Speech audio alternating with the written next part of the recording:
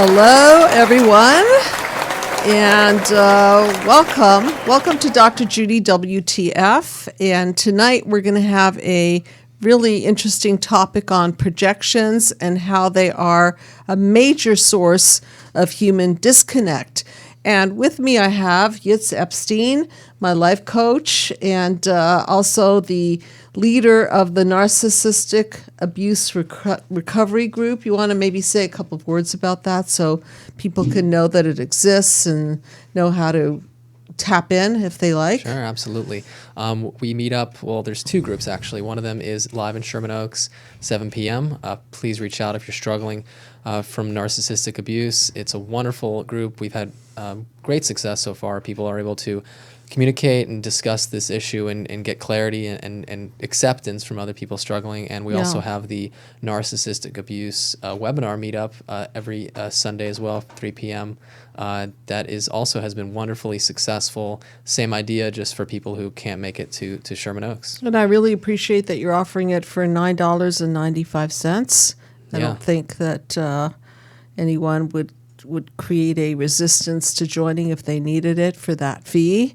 And it's an hour and a half long. And the 7 p.m. and the 3 p.m., remember, Pacific Standard Time for our international audience. And that's 3 p.m. in webinar form and 7 p.m. live in Sherman Oaks at our beautiful office on Ventura Boulevard. So please do contact the Psychological Healing Center if you want to be a part of this. And everyone, this is a call-in show, so please feel free to get on the couch with us and talk about your experience, particularly with projection, because that is our theme for tonight. And Yitz and I decided that we're going to do some role-playing so that you can see how it works, okay? Absolutely. And have some fun with this. And sometimes it doesn't end up to be very fun at all because the results are basically chaos, defenses, and breakdowns. And for those of you who are not familiar with my mind map, I want to give you a little bit of a background on this. This is a system of healing that I created to take people from wounds of childhood, decode them, and paradigm shift people into healing. So the mind map traces childhood wounds, our reactions, our negative core beliefs, which is how we encode them, and then it traces all the chaos that's been created out of this blueprint gone wrong, system gone wrong, and then breaks it down into how we defend against the wounds of childhood and our negative core beliefs, and ultimately the mind map is the goal of the mind map is to paradigm shift into healing, develop a better core sense of self, get rid of the lies and misconceptions from the past that keep us stuck in the past, and shift us into a better way of dealing with life. I call it playing a better game of life. And also, for those of you who are graduates of the Mind Map system, I'm holding a Mind Map graduate group once a month, first Tuesday of every month. It was supposed to be the third Tuesday, but now it's the first Tuesday of every month. The group has begun, and I really enjoyed it. Thank you, participants. We got so much clarity in the group regarding mind map philosophy, and what I'm looking at now more in terms of leading mind map graduate groups is how to live and breathe mind map. It is a way of life, and we'll talk a little bit more about that. I think I'm going to do a show on that, actually. Living and breathing mind map. Yeah. Basically, it's starting with setting your consciousness straight and also learning how not to project on other people. Sure. So let's take it up from there, and I want to read a little bit from, I'm trying to see who wrote this article, but I'm not sure that I see who did it. Everyday Health, Emotional Health, I think. Psychological Projection. Dealing with undesirable emotions. And remember, this is a call-in show, 323-843-2826. Psychological projection is a defense mechanism, meaning it lives in panel 5 from a mind map perspective. People subconsciously employ this mechanism in order to cope with difficult feelings or emotions. Projection involves projecting undesirable feelings or emotions onto someone else rather than admitting or dealing with the unwanted feelings. The theory was developed by my favorite, Dr. Sigmund Freud, named after I named him my show after his name, an Austrian psychologist commonly referred to as the father of psychoanalysis. For this reason, psychological projection is sometimes called Freudian projection. And he gives an example here, the classic example of Freudian projection, and I'm going to go into different types of projection so you can see what I mean by this and how it disconnects human beings. But a classical example of Freudian projection is that of a woman who's been unfaithful to her husband and yet accuses her husband of cheating on her. So I would call this kind of reverse psychology. You know, if you the best defense is offense. So if you're guilty, just accuse the other and get them defending, and then get them off of you.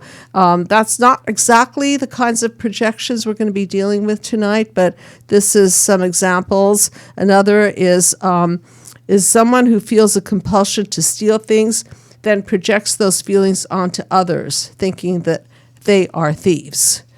Okay, so let's talk about how projection is a disconnect, and you see this in your practice all the time, correct? Sure, absolutely. It's something that we do.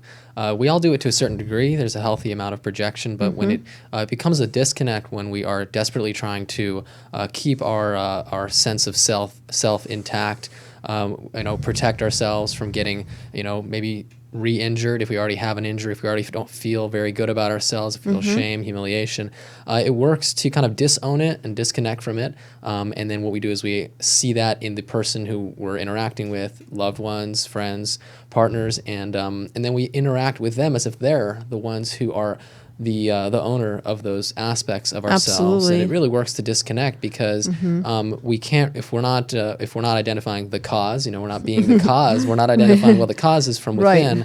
So no matter how much they want to fix the issue, they can't, because the issue is coming from within, and we have to kind of own our projections so we don't do that. Well, that is the really the solution, is owning our projections, identifying our projections, because this is a system gone wrong. It's multi-generational in nature. So we are projected onto by our parents, our family of origin, and then we therefore get filled with whatever feelings are uncomfortable, and then we want to project those out. And it lives in panel 5 as a defense mechanism, but it sort of acts like panel 6 in that you're vomiting your emotions on someone else. So I'm going to do a little role play. One of my favorites is, okay, so why are you looking at me like that? What do you mean? I'm not looking at you at all like that. Yeah, you think I'm stupid, don't you? No, not at all. I think you're wonderful. I think you're very smart, Dr. Judy. No, I could tell. I could just tell. You just know. I could just tell. Well, what did I do that made you feel that way? Okay, so now I'm going out of role. Okay? So what just happened? So let's say that I have a core belief that I'm stupid. And let's say that core belief, I'm just going to go back to the mind map so you can see it, lives in panel number 3. So I've encoded that I'm stupid. Where is the source of this? Perhaps my parents called me stupid. One of the 5 wounds of childhood is verbal abuse. So if I was verbally abused and I didn't heal that wound, then I would be living in a kind of a paranoid world, thinking that other people think that I'm stupid. And it wouldn't take much. Yitz could just innocently be sitting there looking at me, and now I'm projecting my negative core beliefs on him. And so not only is he feeling pushed away by me, right? I'm now angry at him. Yeah. Psychologically angry at him. I'm very angry at you because you triggered my negative core belief by doing just about nothing. Yeah. Okay? Do you see how subtle this thing is? Now, this happens every day all over the world. People are projecting and projecting and projecting, and I'm going to get more into racism as the mega projecting on other people because they're of a different color or different religion or different anything, that they own certain qualities, and this is the ultimate of projections. Yep. And this is where the human race is really going to go into panel 6 and break down. So Yeah, we've got to stop it at a micro level. 100%. You see Right. a lot in scapegoating, and scapegoated children or child. They usually become the object of the family's projection. Then you see that in societies where the underdog, where the minority Yes. gets. So it's a convenient kind of scapegoating where you say, well, the weakest link is the problem here. That's but right. ultimately, it's a projection because it serves to say, well, the weaker ones are causing all the problems here. Let's kind of dump our issues on them and then make them pay for what they've done. That's right. So in that little example, I'm going to make you pay for the fact that I feel stupid, and I'm going to psychologically blame that on you because you're triggering me. Yeah, because I respect you, and because maybe if I'm a partner, I love you, then there's going to be, well, I wanna maintain the bond, so therefore I'm willing to sacrifice that part of myself and say, you know what, I'll take on, I believe it's called introjective identification, if I'm not mistaken, where the victim kind of takes on that role of being the projection of the perpetrator, and then Right. there you have it, the perfect, That's called projective identification. Oh, okay. Okay. So let's say I project on you. Okay. That you're a bad person. And let's say I tell you you're a horrible person, and I'm spewing this on you. And so if there's an open wound, okay, that hole in the soul where I could pitch this projection into, and that open wound says something like, yeah, I am a bad person. Ooh, she got that straight. And so now you're soaking in that projection. Absolutely. And what it does is a few things. Number one, let's say I need to relieve some negative emotions of mine. I'm vomiting my negative emotions into you. How nice. Thank you for soaking them up. I don't want to have them. I'm done with them for a moment. I feel relieved.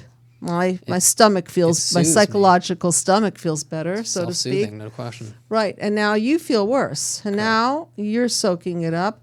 And what do you think? Is that a connect or disconnect?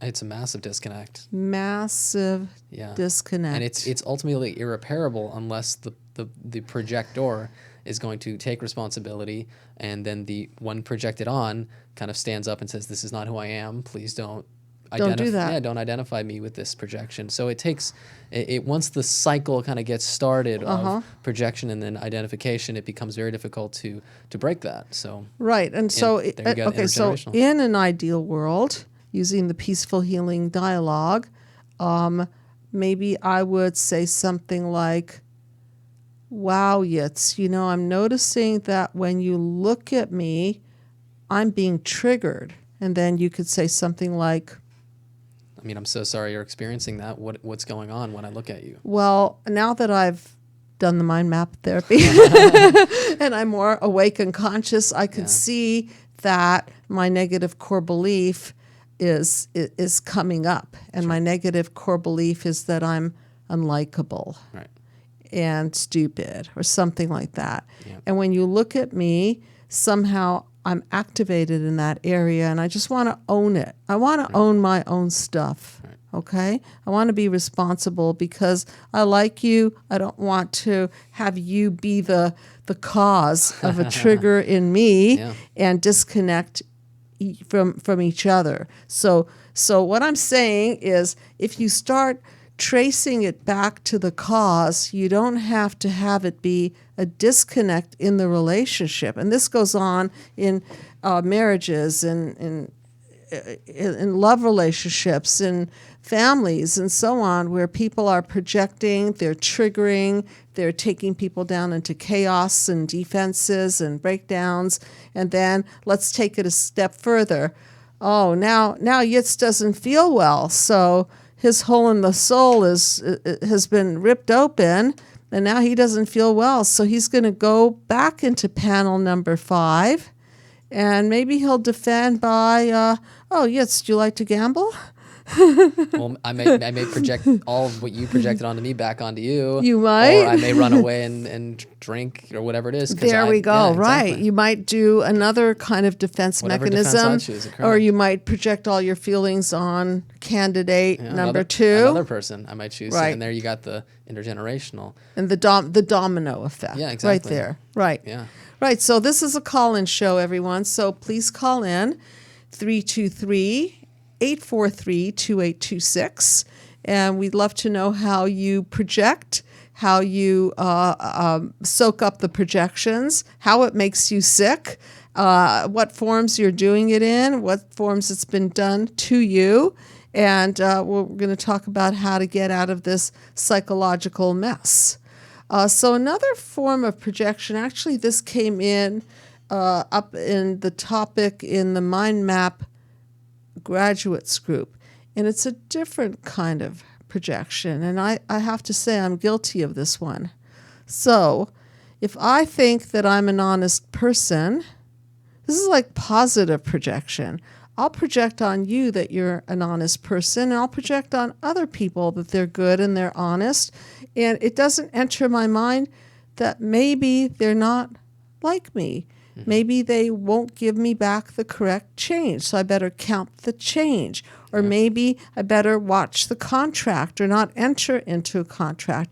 Or maybe I better check their reputation before I do business with them. So it's a kind of a way of assuming something, either positive or negative, and neither one works, because if I assume, you know the word assume makes an ass out of you and me, Yep. okay? If we're assuming a lot, we're not seeing psychologically clearly. It's a cracked lens of perception. So if I'm projecting on the world that everybody's kind and everybody's nice, which I wish they were, it doesn't always work that way, then I may not be, I may end up being naive and opening myself up to problems and opening up my panel 7 defense mechanism and being defenseless, permeable, vulnerable, called a sucker, right? Yeah, A naive sucker. Yeah, when you continuously, project a healthy conscious onto unhealthy people or people who lack empathy, Right. And then it's confusing when they lack empathy and don't respond in kindness. So sometimes you feel like, well, I'll continue to be nice, continue to be compassionate, give all I can. If I give enough, then their empathy will finally show up, and that's where we get hurt, because we don't really assess. We lose trust because we start to think, okay, well, people aren't good, and there's terrible people in the world, but ultimately, there is a certain amount of healthy projection that we need. Otherwise, we'll be studying hypervigilant everyone around to make sure. So there is a certain healthy balance, but definitely. That's a good point. Yeah, we can't walk around all that paranoid 24/7, right? Yeah, exactly. And if you do, if you get burned, if you I trust it, well, you learn, but ultimately, we can't, you're right, we can't really go around every day thinking, well, everyone's untrustworthy, I got to watch my back, I got to be careful, I got to defend, constantly defend. So, I think that's also part of what the mind map is so special, is that, you can map it. Okay, well, I assumed that this person was trustworthy, and I got burned because they're liar, they're dishonest, or maybe they're manipulative, and ultimately because I know that I want to hang out in panel 7, 8, and 9, which is healthy communication and healthy connections. I know, okay, well, that's not the kind of relationships I want to hang around. Exactly. I want to hang out where there's healthy and just enjoyable, fulfilling relationships. So I want to bring up another example. Let's say that someone hurt your feelings, and you did not communicate directly to that person, and now you're loaded with the anger to the person that you're too afraid to talk to. Yeah. Well, Okay. And then you come home, right? And you project it on a member of your family. And so it's the kick the dog phenomenon. You don't have the guts to confront the person about the issue or set your boundaries or tell the truth and have a truth dialogue with that person. So what you do is you absorb the feelings and then you project it on some innocent bystander. And so I think ethically the do the right thing is to not allow other people to do this to you. It's good for you as the person being projected on to push back and say, wait a minute here. Why are you turning your anger toward me? And that backs the system up. So now if I say to you, well, why are you turning your anger on toward me? It calls upon you to look at yourself and self-reflect, hopefully, if you're mature and mind-mapped, and then self-correct, and then own it and say, wow, that was really unconscious. I've been really feeling bad all day. I've been really angry at a particular person, and I just let it fly because you're the safe one. And this, by the way, happens with children. Oftentimes, I will get calls from mothers or fathers, and they become the projectile vomiter receiver of emotions, and they sometimes get it more than the other parent because a lot of times the safer parent will get the projections because the kid can let out their feelings on the safer parent, and the parent that the child is afraid of may not get the projections because they're too busy preserving that bond. And I'm sure you've seen it in working with people where the kid directs their anger at the safer person. And also with adults, we direct our anger at the safer person. We don't want to direct it, let's say, at our boss because we may feel threatened that we're going to get fired or reprimanded. So we redirect. Yep. And something so powerful again about the mind map system is that when you are a victim of projection by somebody like a higher up or somebody who you can't really protect yourself against, and you feel yourself being triggered, it's an opportunity to identify, okay, well, what about what they did caused a reaction in myself? Because if somebody projects onto us and we can kind of walk through it in our own head, that this person is just projecting, it makes it a lot easier. Then we don't necessarily need to stand up and fight back. Obviously, if you're getting mistreated and bullied, there's a different story. But if you're, if there's a projection and you can own your triggers and own your wounds and ultimately heal them, which is the mind map is designed to help people do. When you do that, then you become a lot less reactive and realize people are going to project, and you don't need to stand up. You don't need to fight for it. But, right. And what Yitz is saying from a mind map perspective is if we can go to the cause and we can understand what negative core belief we bought into, the lie that we bought into, lies like we're not good enough, we're incompetent, we're not lovable, and so on, and we can dismantle those lies through the work, that we're not so trigger happy. So that if I push that lever, push that trigger in you, rather than it being raw, unprocessed psychological material, you can source it and see that this is something that is not inherently yours, that it belongs to the cause and the belief system that you bought into. Correct. So then that gives you a kind of a level of immunity is what you're talking about. 100%. So I can press and press and press your lever 100%. And you're just not going to fire off. Yeah. You might look at me and say, hey, are you aware of what you're doing? Because it's not working. It's not pulling me in. And, when it comes to specifically narcissistic abuse, I work with a lot of patients, and obviously I have the group meetups. The narcissistic abuser is really just creating their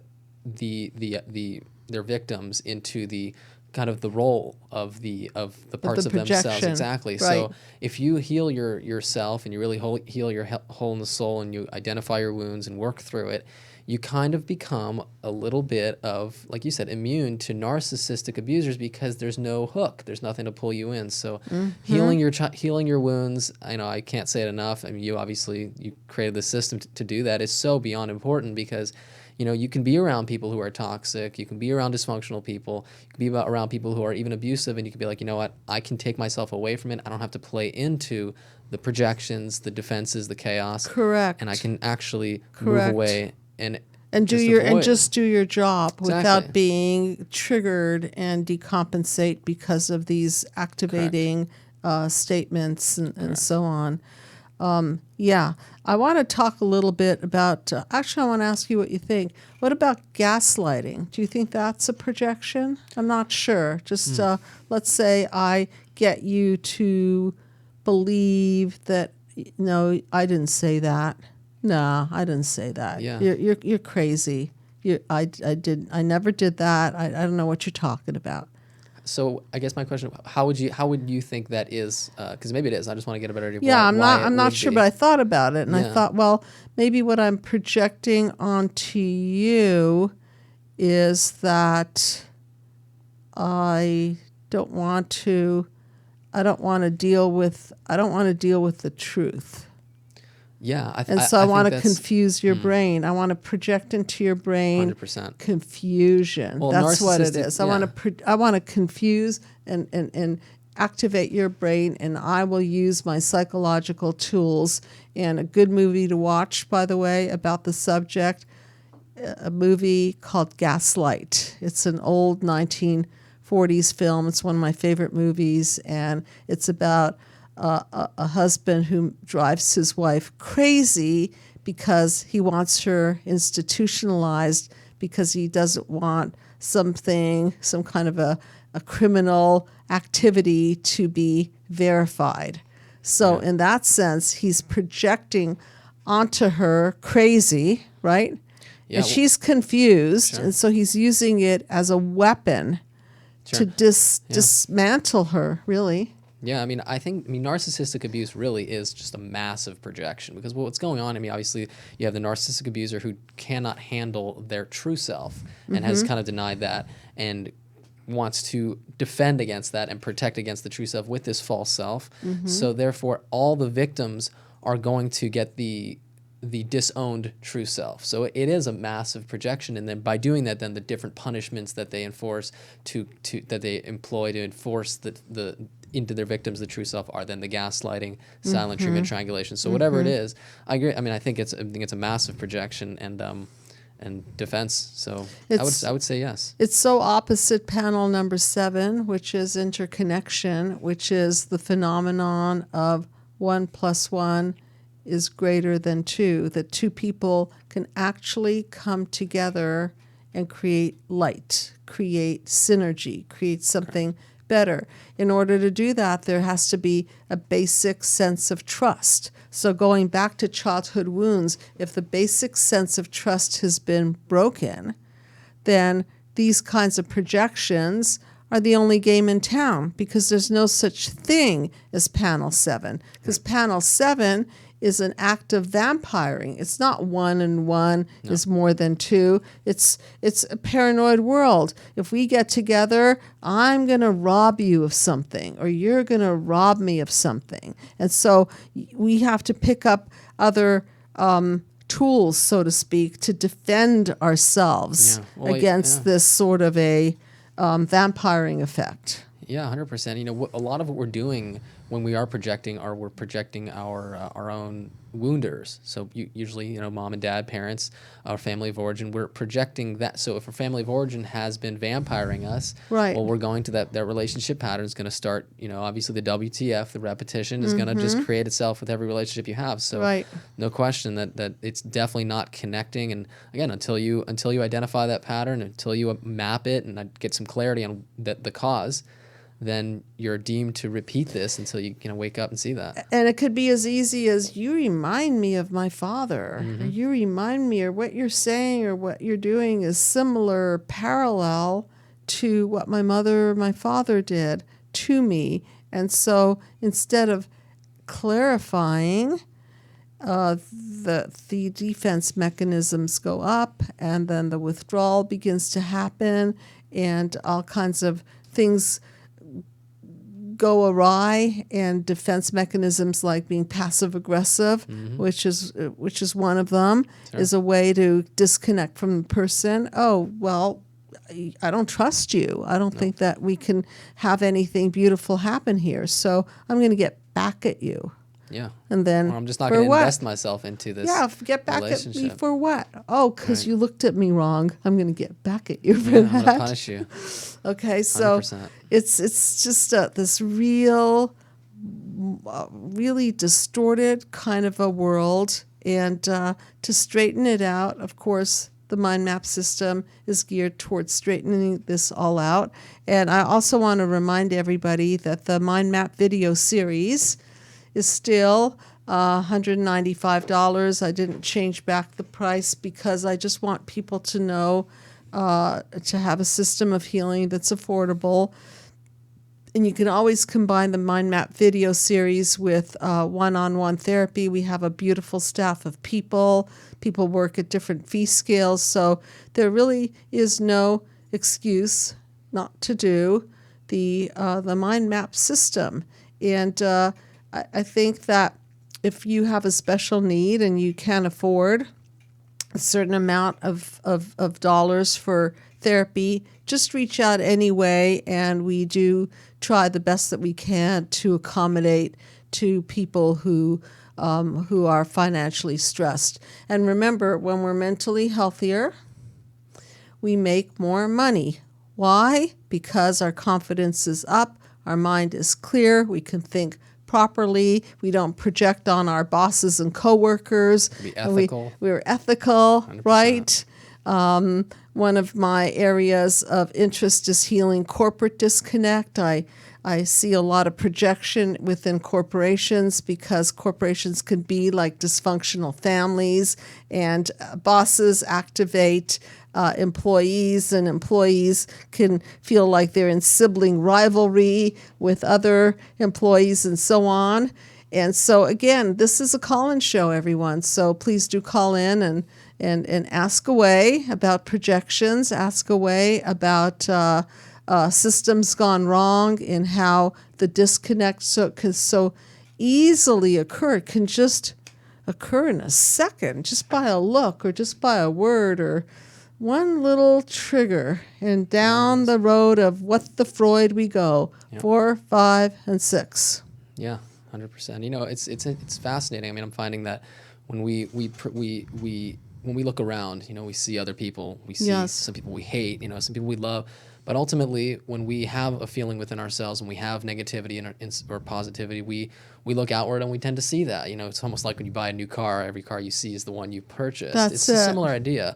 Because we are, so if you find yourself being very hateful towards a lot of different people, and you know, maybe it's a good idea to question, okay, what is it that I'm not settled with? What am I not accepting about myself that I'm kind of outsourcing? It's, you know, it's kind of like outsourcing the frustration. Good way to say it. Yeah. And so why do we do it that way? Because our parents did it to us. Yeah. And another great example is, for example, a mother who might project on a particular child because they look like the boyfriend that got them pregnant and left them, and they will project on them all the negativity from that relationship and say, you know, little Henry, you look just like your daddy. I hate your daddy. Your daddy left me. I hate you. Now I'm stuck with you. I'm stuck with looking at your face. I'm stuck with looking at daddy's face all day.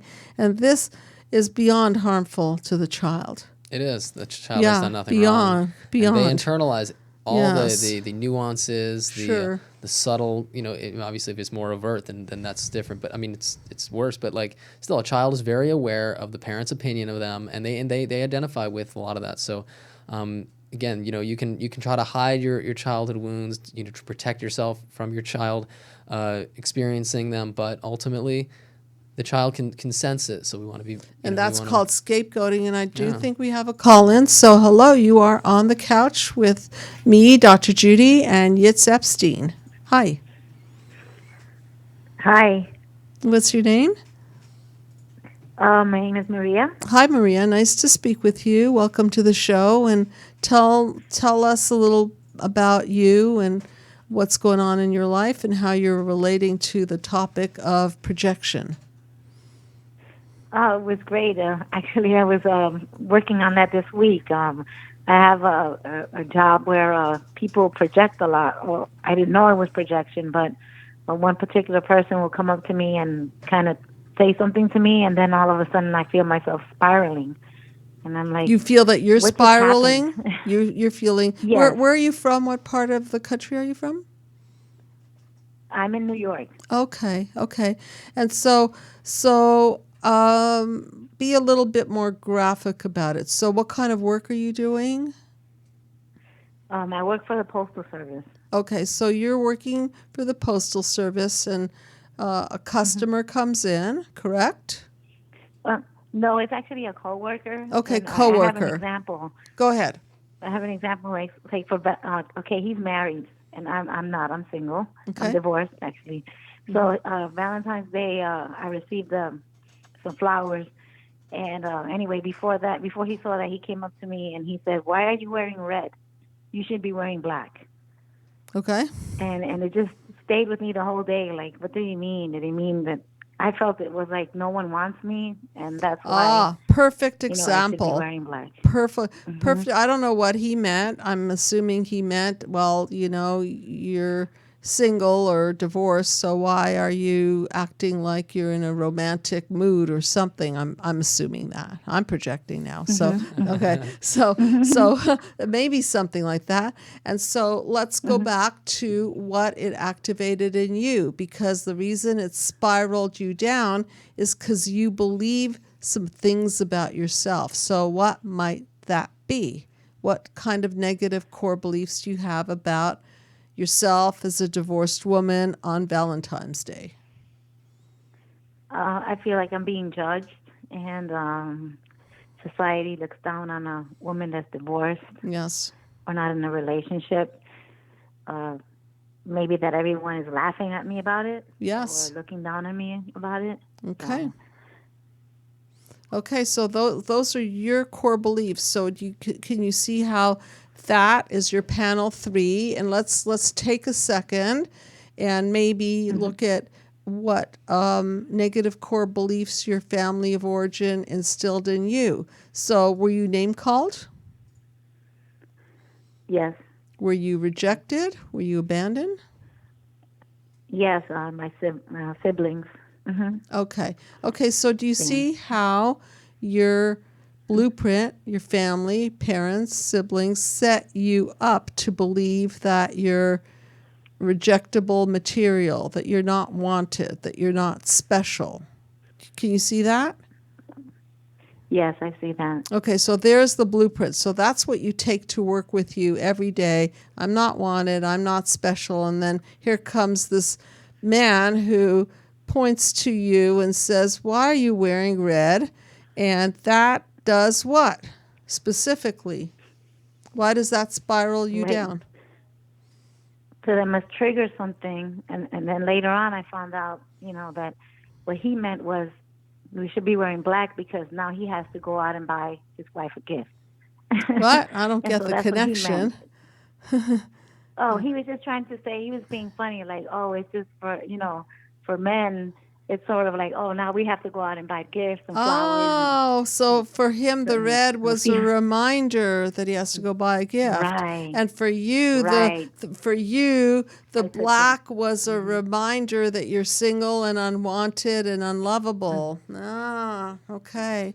So interesting. This example is a great example. This happens all the time. Look at all the assumptions that are made in one Just little happened. Wow. remark. How do you like that? Yes, one little remark. Do you have powerful. anything that you want to? Yeah, I mean, it's amazing because now that we analyze it, we can see, you each had your own experiences, and if you would have now, if you communicate, when you communicate, you can see how, oh, okay, this is what you meant, this is what I meant, and it doesn't have to be a disconnect. When you don't communicate and talk out these beliefs or projections, then obviously that's where you have the disconnect. Right. And furthermore, if you can dismantle, and do you have a copy of my book or a PDF copy of the book? Yes. Great. Yes, I do. I love it. I have your whole system. I love it. Okay. You have the video also? Yes. How do you like the video? Yes, I do. Oh, it's great. I love the whole system. Thank I've been you. in therapy for many years, and this is great. I'm on panel 7, I think it is. Or Panel 8 7. now, so. Panel 7 and 8. Okay, Yes. so I want you to go back again and look at your negative core belief, your panel 3, okay? And why you got taken down is because this man triggered your panel 3. So go back over your notes and reread that, and you'll probably see stuff on there like I'm not lovable, I'm not good enough, I should be ashamed of myself for being single and alone, I'll always be alone. That kind of stuff is going to show up in your panel 3. So when he comes along and says this, you automatically assume that. You project on him. You see that? You project on him that what he means is that you're not all those things. And what he's really saying is, oh, darn, you just reminded me that I have to go out and get my wife flowers. What? Okay, so in this case, I projected on him almost. Or Yes. I'm projecting my stuff. Yeah, Oh, wow. thank you. Wow, you're good. You're good. You're good at owning your own stuff, and that's how we heal. And now I can see why you're able to do it, because you're doing the work. You see how quickly you owned it? Yeah, I didn't even see it like that. I just I saw. called him thinking you were going to tell me he projected onto me, but actually I did. Actually, I think did you the did projecting. more, because you're the one that projected that pain, that he's the cause of triggering that pain. So who's the cause? Okay. Let's see if you'll answer Yeah, the I'm the pop quiz. cause. Well, no. Who's the original cause of that? He's the cause. Oh, the original cause. He's the Yes, trigger. whatever. He's the trigger. So who's the Right, original the trigger. cause? Yeah, my siblings or my back in my childhood, my original wound. Exactly. Okay, so now you understand there's the trigger, which is the man, and then there's the cause, which is your blueprint, and then your parents were blueprinted, so they projected on their children. And for those of you who want to know a little bit more about sibling rivalry and why that system doesn't go right, I think there are 3 episodes up on YouTube about sibling rivalry, so listen to them. I think that would be a good next step. And then also see how quickly you owned your own stuff. That was remarkably good. Yeah. Okay.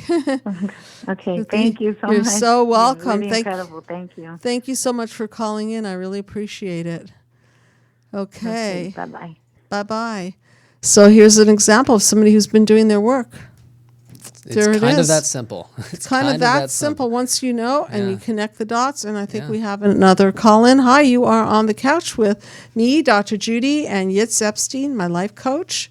Hello. Hi, Dr. Judy. Hi, Yitz. Hi. Hi, how are you? Thanks for calling in. What's your name? Oh, my name is Dawn, and I'm from Pennsylvania. I've called in once before, Okay. and I've been to 2 of Yitz's webinars. Awesome. I'm in Florida now on vacation, but I came home. We came home from Disney World, and I thought I'd catch the show. So I just wanted a chance to call in. Okay. So how do you relate to the topic of projections?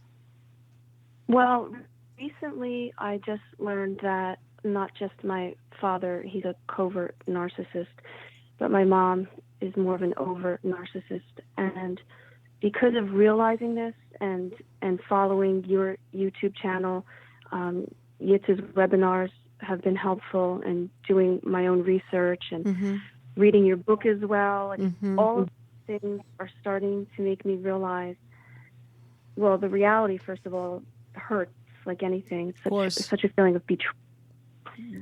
Yes. And so I've been triggered, like lately, now that I realize the truth, I feel like I'm being triggered like left and right. Okay. So as far as the projection goes, just to give you a little insight into my relationship with my father, my stepfather, he was a very distant man. He was a hard worker, worked 2 jobs, but we never spoke. We never had conversations. As a matter of fact, I was very fearful of him. I was afraid to look him in the eye, and I was always studying his facial expressions to get a beat on what kind of mood he was in. Did he hit you or yell at you? Were you looking for that?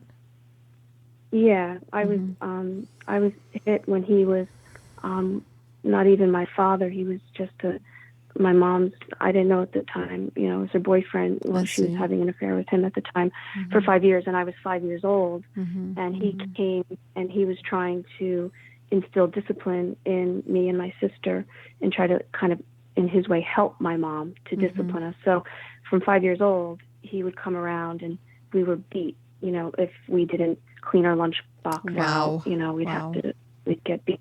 Yeah. Wow.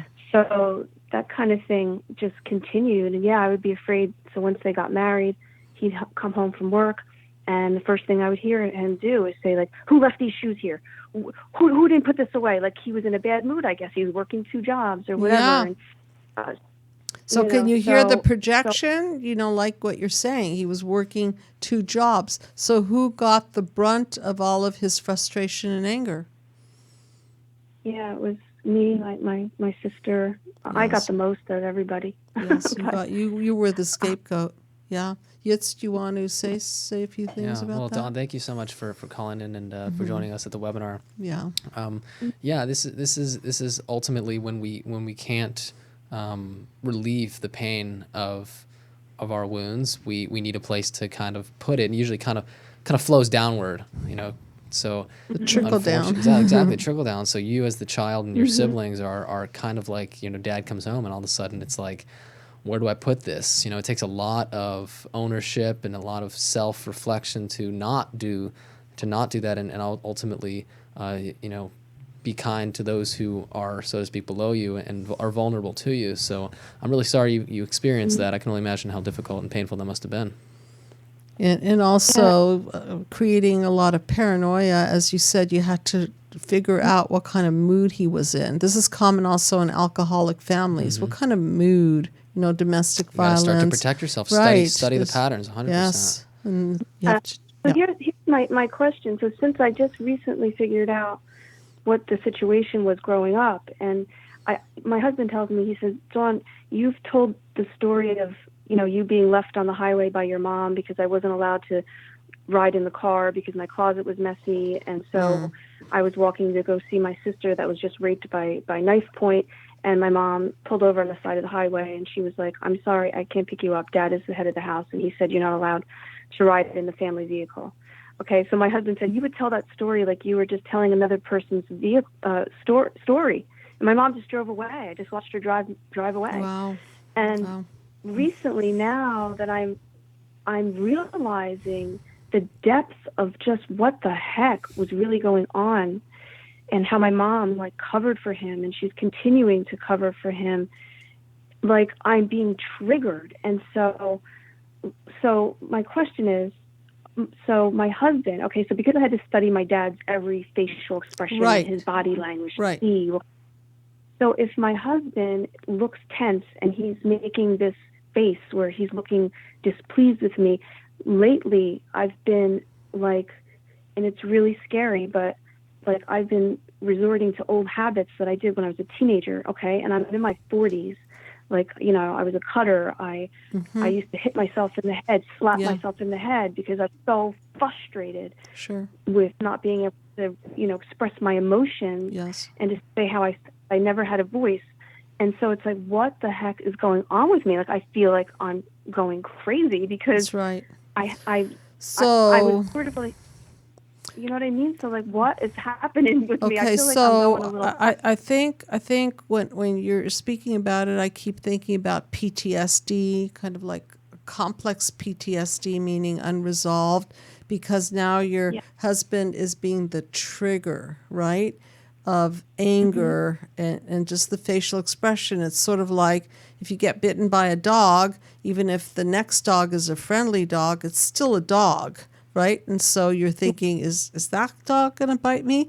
So even though your husband doesn't necessarily do what your father did to you, you're still associating. It's almost like a Pavlov's dog. You associate the man and those facial expressions. It's conditioning.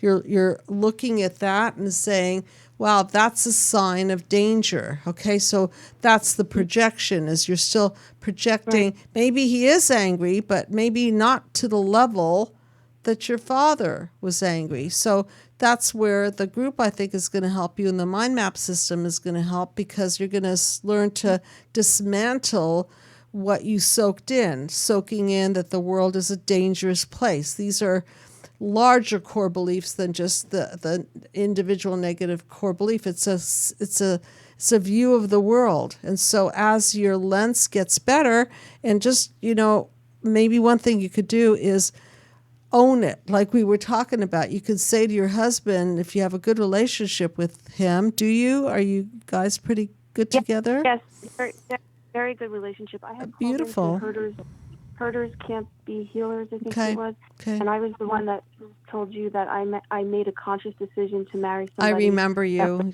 I do remember. Okay.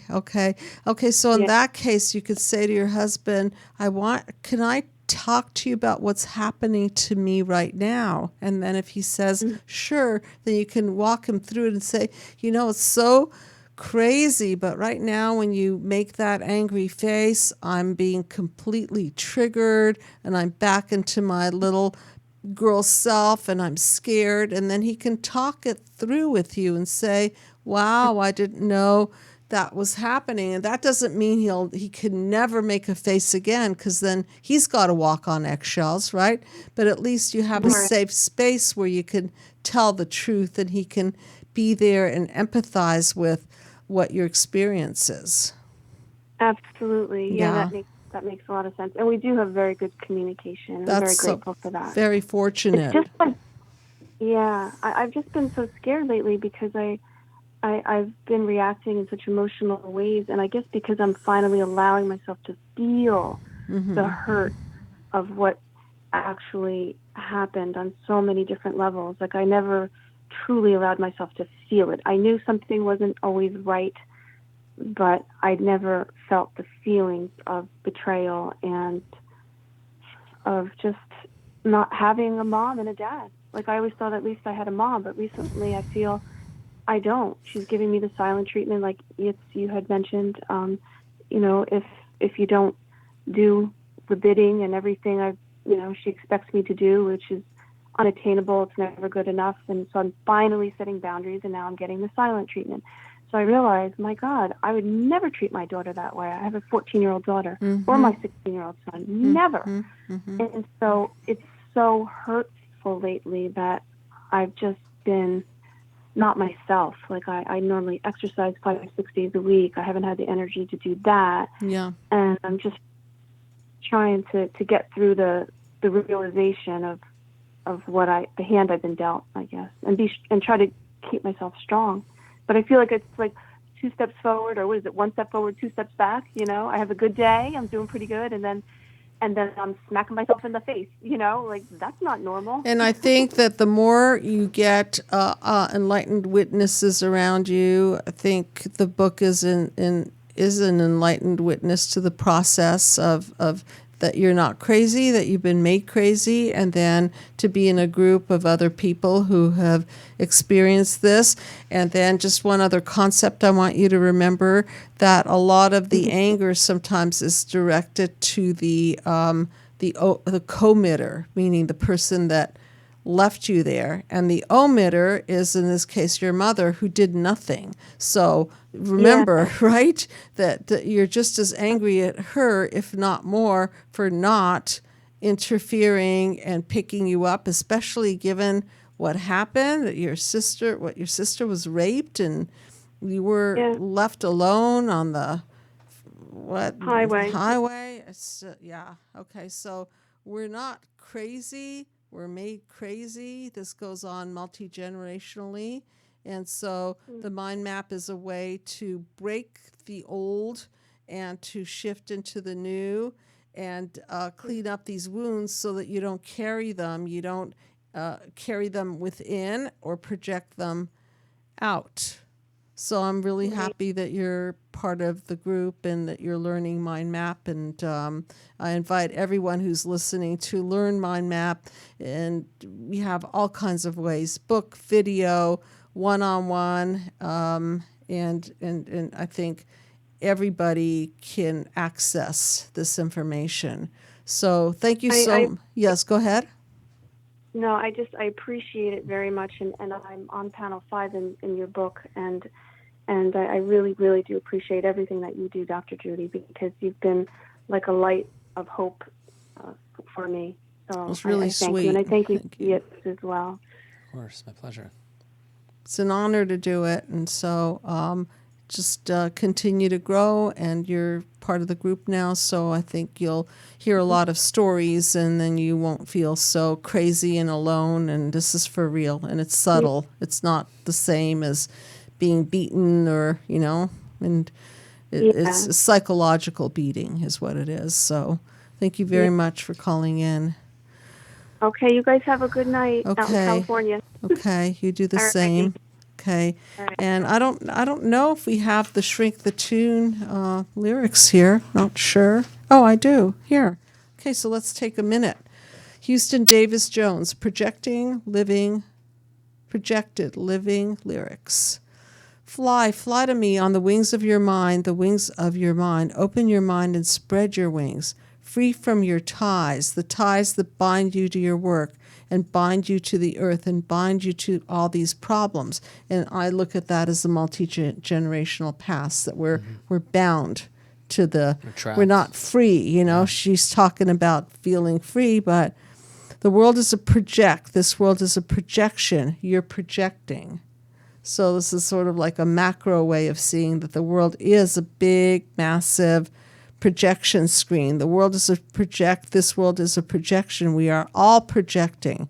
Open your ears to the sounds of the universe, the verses of the universe, and every other universe. I'm interpreting this through the lens of the truth. Like, open yourself to the truth. Don't just live in the lies. Yeah. Don't live in the projections.